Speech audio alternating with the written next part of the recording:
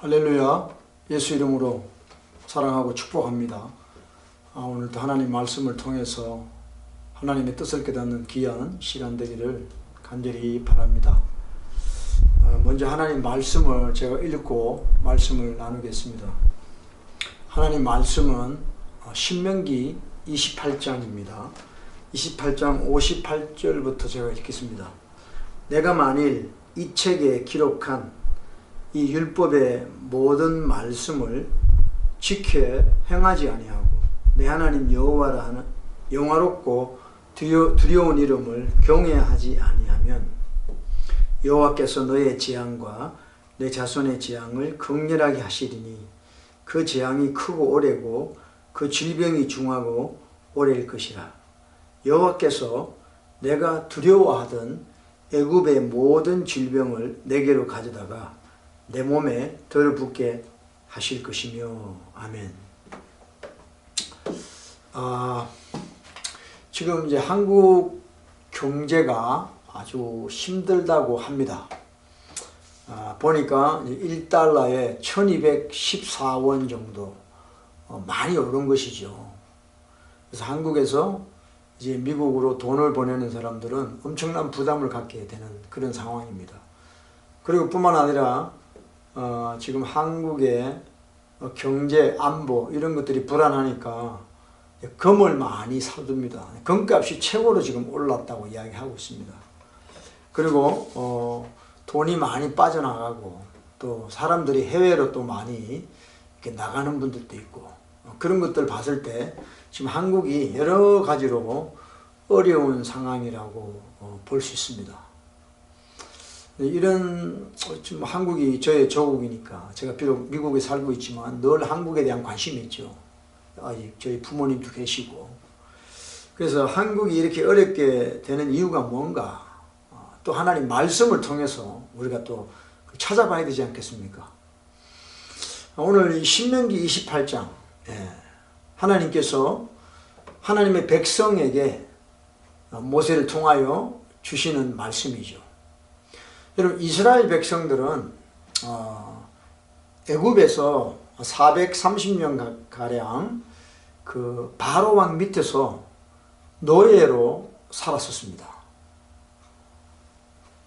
그러다가 그들이 이제 부르짖고 거기에서 풀려나기를 간절히 하나님께 구했을 때 하나님이 그들의 신음소리를 들으시고 아브라함과의 언약을 기억하시고 모세를 준비시켜서 모세를 애굽에 보내셔서 이스라엘 백성들을 놀라운 방법으로 기사와 표적으로 홍해를 마른 땅처럼 건너게 하셔서 광야로 나오게 했습니다.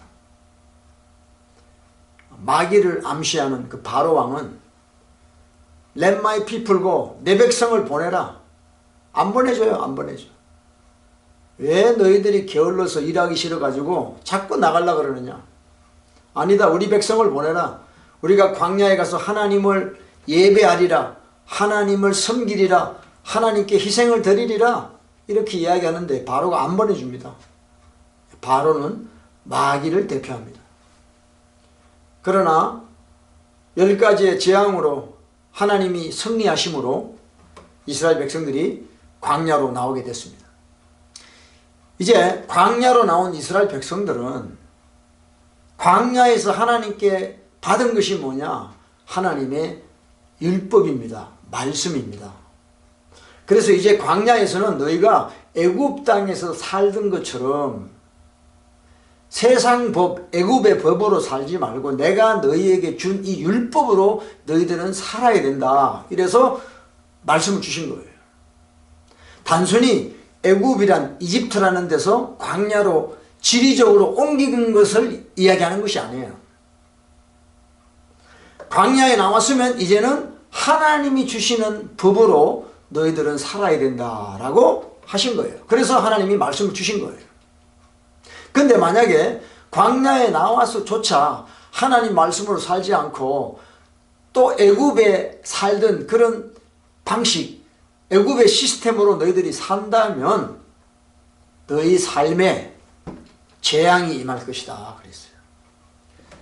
그래서 이 율법의 모든 말씀을 지켜 행하지 아니하고 내 하나님 여호와라는 영화롭고 두려운 이름을 경외하지 아니하면, 하나님을 두려워하지 아니하면 여호와께서 너의 재앙과 내 자손의 재앙을 극렬하게 하시리니 그 재앙이 크고 오래, 그 질병이 중하고 오래 갈 것이다.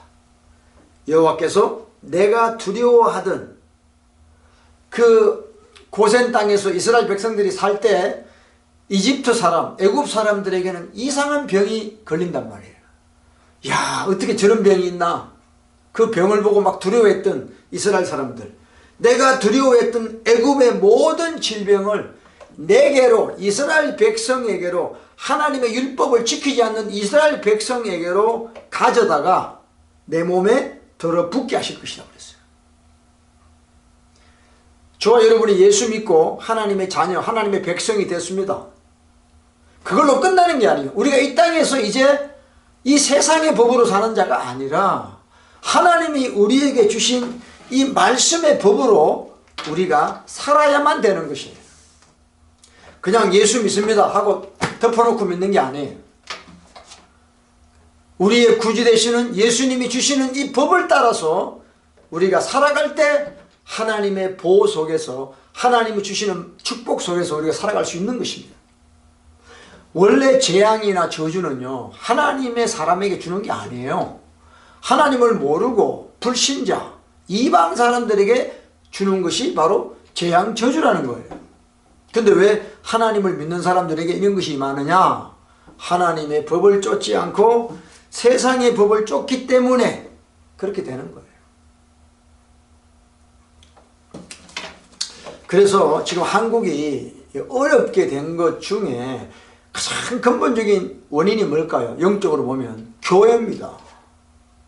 교회가 하나님의 법대로 살지 않는다는 것이에요.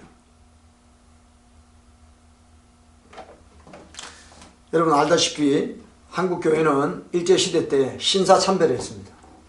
우상숭배를 했다 이 말이에요. 우상숭배. 여러분 하나님이 제일 싫어하는 게 우상숭배입니다.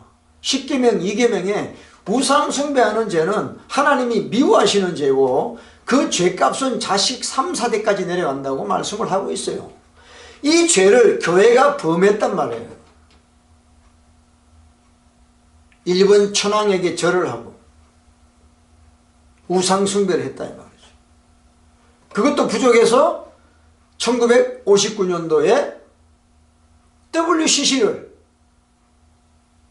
장로교 통합이 받아들이면서 캐톨릭과 연합하고 또 다른 우상숭배를 범했다는 것이죠.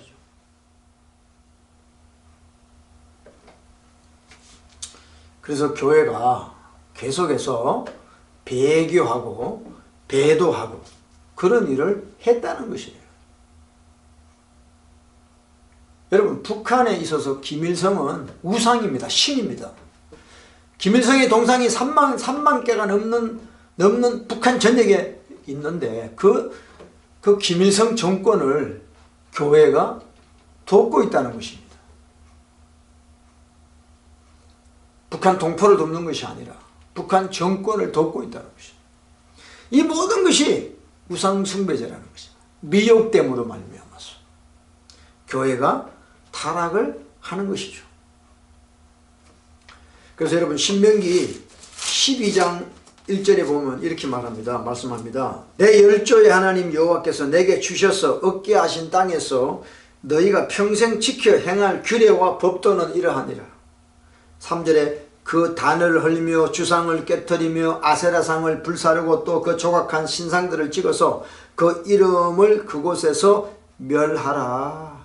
우상 있는 모든 것을 다 깨뜨리고 불사르고 찍어버리고 멸하라고 하나님이 명령하셨습니다. 우리 예수 믿는 사람들, 우리 교회는요 우상을 절대 만들거나 섬겨서는 아니 되는 것입니다. 여러분 캐톨릭은요 10계명이 우리하고 다르잖아요. 우상을 섬기지 말라는 계명이 없습니다. 2계명이 없습니다. 왜? 그 캐톨릭은 우상을 섬기기 때문에 그래요. 마리아 우상, 예수님 우상 다 상을 만들어 놓고 그들은 교회 성당 건물을 아주 멋있게 짓습니다. 교회는요 그렇지 않아요. 뭐 지하에서도 예배드리고 집에서도 예배드리고 뭐 우리같이 조그마한 이 웨어하우스에서도 예배드리고 아무런 관계없어요. 그러나 우상을 섬기는 종교는 절도 얼마나 멋있게 지나요. 불교에 가면 돈을 얼마나 드리는지 몰라요. 그 캐톨릭은 그 베드로 성당 짓다가 면제부 팔고 그 무슨 성당이 자기들을 구원하는 거라고 생각한다 이 말이죠. 그 우상 숭배라는 겁니다. 우리 기독교는 그게 아니에요. 우리는 예수 그리스도를 믿는 자들이에요. 근데 이 교회가 이렇게 우상 숭배함으로 말미암아 거기에 따르는 결과들이 뭐냐? 국가적인 재앙으로 나타난다는 겁니다. 그러니까 교회가 하나님을 배반하고 배도할 때 거기에 따르는 재앙이 국가적으로 나타난다는 것이죠. 그래서 여러분 우리가 죄를 지으면 재앙으로 돌아와요. 근데 다른 모습으로 자기에게 임하니까 그게 죄 때문에 오는지를 몰라요 사람들이. 그러니까 우리 몸에 어떤 뭐 암이 걸렸다 뭐 병이 걸렸다 그러면 대부분 사람들이 내가 음식을 잘못 먹어서 그렇다 뭐 생활 습관이 안 좋아서 그렇다. 성경은 그렇게 말씀하지 않습니다. 애굽의 모든 질병을 내게로 가져다가 내 몸에 들어붓는다고 했어요. 그러니까 죄의 결과는 불순종의 결과는 그런 재앙의 모습으로 우리에게 온다는 것이에요. 그 한국이 지금 왜 경제가 힘드냐? 그런 재앙의 모습으로 교회의 죄가 그런 재앙을 몰고 왔다는 것이죠. 그걸 우리는 깨달아야 되는 것입니다. 요즘에 한국 대통령을 문재앙이라고 많이 사람들이 이야기하더라고요. 뭐 달에서 재앙이 달에서 왔습니까? 문재앙이게? 그만큼 대통령이 힘들게 하고 있다는 거죠. 그럼 하나님이 왜 그렇게 그 교회의 그 죄의 결과물로 그렇게 하신 거라 이 말이죠. 지금 대한민국의 정권은 좌파 정권입니다. 좌파 정권은 인본주의입니다. 하나님보다 인권을 더 중요시하는 그런 정권입니다. 대표적으로 보면 동성욕을 지지하죠. 좌파 정권은. 그 동성애자들 인권을 존중해야 된다 그러면서 그 퀴어 축제를요 서울시 한복판에서 벌리고 이스라엘 텔아비브는 20만 명이 매년 퀴어 축제를 하고 말이죠. 지금 전 세계가 지금 그렇게 하고 있습니다. 좌파 정권이 들어서기 때문에. 낙태는 분명히 살인죄입니다. 근데 산모의 인권을 존중한다 그래서 그 아이의 인권을 무시하고 죽여버립니다. 얼마 전에 탈북자 여성이 간증하는 걸 들었어요. 자기 뱃속에 아이가 있는데 주사를 한 대 자기한테 놓는데 조금 있다가 배가 아팠는데 애가 자동으로 나오더래요. 애가 살아있더래요. 근데 그 애를 목 졸라 죽이더래요. 무서운 정권들입니다. 중국에서 그렇게 됐대요. 중국에서. 뭐 북한은 말할 것도 없고. 좌파 정권은 무상복지를 합니다. 그래서 돈 있는 사람들 돈 걷어가지고 가난한 자들을 무상으로 나눠줍니다. 무상교육, 무상복지, 의료보험 무조건 무상이에요. 무상. 그들에게 또 표를 받게 되죠. 정권을 유지하게 되는 것이죠. 이것이 좌파 정권인데 어쨌든 지금 한국에 얼마 전에 이제 일본하고 경제적인 전쟁이 시작됐죠. 일본에서 한국을 더 이상 화이트 리스트에 있게 하지 않고 제외시켜 버렸습니다. 일본에 수출하는 1000개가 넘는 품목을 과거에는 그냥 뭐 문제없이 그렇게 수출했는데 이제는 화이트 리스트에 배제됨으로 말미암아 수출하는 모든 품목을 일본 거기에서 다 까다롭게 테스트를 봐야 되는 거예요. 수출하기가 너무 힘든 거죠. 그러니까 한국의 기업들이 힘들어지는, 한국의 기업이 힘들어지면 한국의 경제가 힘들어지는 것이죠. 근데 한국의 대통령은 계속해서 일본하고 대립각을 세우면서 일본이 마치 한국의 주적인 것처럼, 한국의 주적은 북한입니다. 일본이 아니에요. 일본은 한국을 도와줬습니다. 물론 일제시대 때 한국을 침탈했지만 그 후에 일본은 한국을 도와줬습니다. 근데 일본이 지금 한국의 주적이 됐어요. 그래가지고 한국 대통령이 뭐라 그러냐면 북한하고 연합해서 경제를 끌어올려서 일본을 이길 것이다 그랬어요. 말이 됩니까? 북한은요 세계에서 최고의 빈민국가입니다. 빈민국가하고 연합해서 어떻게 우리가 경제를 일으킵니까? 우리가 도와줘도 부족한데요. 여러분 그런 상황이 지금 한국에 벌어지고 있는 것이에요. 정말 오호라입니다. 오호라. 어찌할꼬 어찌할꼬. 이 모든 일들이 이제 앞으로 대통령 임기가 한 2년 3년 남았죠. 3년 뒤에 어떻게 되겠습니까? 근데 그 모든 원인이 뭐냐? 바로 교회의 타락이라는 것이죠.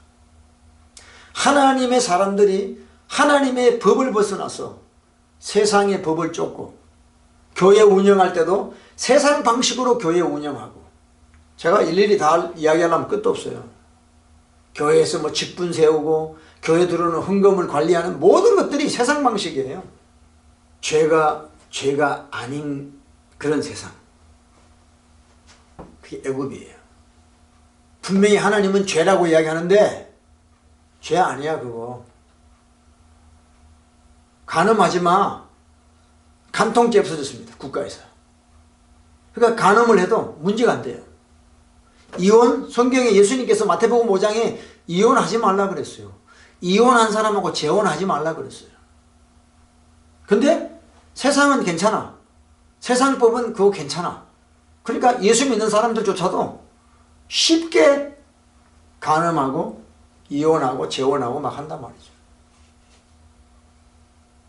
심각한 문제죠. 그래서 재앙이 임하는 거예요. 성경 말씀은 진리입니다. 지금 우리 삶에 개인적으로, 가정적으로, 교회적으로, 국가적으로 왜 이런 일이 생기는가? 심은 대로 거두는 것입니다. 그래서 이 교회의 이 우상 숭배, 교회의 이런 죄로 말미암아, 애굽 시스템으로 살아가는 이 교회로 말미암아 하나님이 재앙을 허락하시는 거죠. 그래서 잠언 16장 4절에도 보면 악인을 악한 날에 적당하게 쓰신다. 악한 날이라는 건 심판의 날인데 심판의 날에 악인을 하나님 쓰신다는 거예요. 여호와께서 온갖 것을 그 시음에 적당하게 지으셨나니 악인도 악한 날에 적당하게 하셨느니라. 하나님이 왜 지금 한국 정권을 그렇게 쓸까요? 악한 날이기 때문에, 심판 날이기 때문에 그래요. 과거에 유대인들이 히틀러라는 악한 자를 통하여 심판을 받았습니다. 숱한 사람들이 가스실에서 죽었습니다. 북한이 김일성이라는 사람을 통하여, 그 삼부자를 통하여 300만이 넘는 사람, 숱한 사람이 죽었습니다. 악한 자를 통해서. 대한민국은 교회가 많다고, 예수 믿는 사람이 많다고 하나님이 끝없이 면죄부를 주는 게 아니라는 거죠. 그 교회가 타락하니까 악한 날이 오는 거예요. 악한 죄를 쓰시는 거예요. 이것을 깨달아야 됩니다. 교회가 하나님 말씀으로 돌아가야 됩니다. 진리로 돌아가야 됩니다. 세상 방식으로 살았던 모든 것을 회개하고 버리고 이제 하나님 방식, 하나님의 법으로 돌아가야 될 줄로 믿습니다. 여러분 개인적으로, 여러분 가정, 여러분의 교회, 여러분의 회사, 모든 곳에 하나님의 법이 다스리시기를 원합니다. 그러지 않으면 애굽의 재앙이 임하게 되어 있습니다. 예수 그리스도께서 우리를 위하여 피 흘려 죽으셨습니다. 이제 우리는 죄를 멀리 해야 됩니다. 그분의 피 때문에 내 죄가 용서받지만 그것만 계속 인조하면 안 돼요. 정말 예수님의 피로 용서받은 자는 이제 죄를 버려야 되는 것이에요. 죄를 멀리하고 죄를 버리는 자가 되어야 됩니다. 여러분 요셉은 왜 보디발의 아내가 하룻밤을 자자 그럴 때 보디발의 아내와 하룻밤 자면 그 젊은 요셉의 앞으로 장래가 촉망될 텐데 왜 요셉은 36개 도망갔냐? 내가 여호와 앞에서 죄를 지을 수가 없다는 거예요. 왜? 죄를 짓고 나면 하나님이 나를 버리시고 나에게 재앙이 온다는 걸 요셉은 알았기 때문에 그렇습니다. 우리 교회가 그렇게 돼야 됩니다. 지금 우상 숭배하는 타 종교와 연합할 때가 아닙니다. 교회는요, 광야예요. 광야교회예요. 주님만 바라보고 가야 되는 외로운 길이에요. 좁은 길이에요. 이게 교회 가는 길이에요. 이 길을 마다하고 편한 길, 넓은 길로 가면 다 지옥으로 가는 것입니다. 자다가 깨야 됩니다. 할렐루야. 여러분, 교회가 회복되면 하나님께서 재앙을 멈춰 주실 줄로 믿습니다. 주님 앞에 회개하고 무릎 꿇는 저와 여러분 되시기를 예수 이름으로 축복합니다.